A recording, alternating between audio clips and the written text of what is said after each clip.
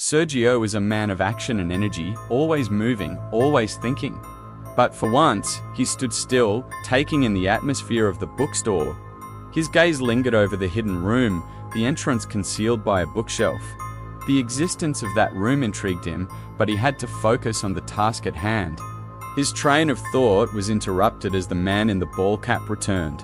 Sergio turned to face him, his expression neutral. The young man's hand extended toward him, a sheet of paper shaking slightly.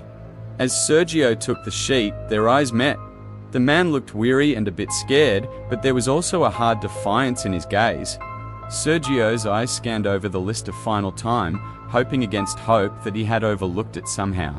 But no matter how many times he checked, Pete Miguel's name was not among the list of patrons who had visited the bookstore's secret room. He felt a pang of relief, a weight lifting off his shoulders. This did not prove Pete's innocence conclusively, but it was a substantial point in his favor. The list, however, had opened up new lines of investigation. There were 30 names to follow up on, 30 potential leads. A quiet thank you was muttered to the young man. Before Sergio turned on his heel, the list securely in his hand. It was time to dig deeper, to explore each name and its owner's potential connection to the case. Sergio was halfway out the door when a thought crossed his mind.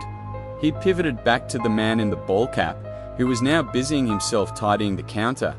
"One more thing," Sergio called out, causing the man in the ballcap to look up. "Your name, for the record?" The man gave a small smile, as if he had been expecting this question. He removed his cap and ran a hand through his hair before replacing it. "Antonio," he said simply. His tone was even, his gaze steady. "Antonio Vasquez." Sergio nodded, scribbling down the name on a separate corner of the paper. He thanked Antonio again and then left, the store's bell ringing lightly as the door closed behind him.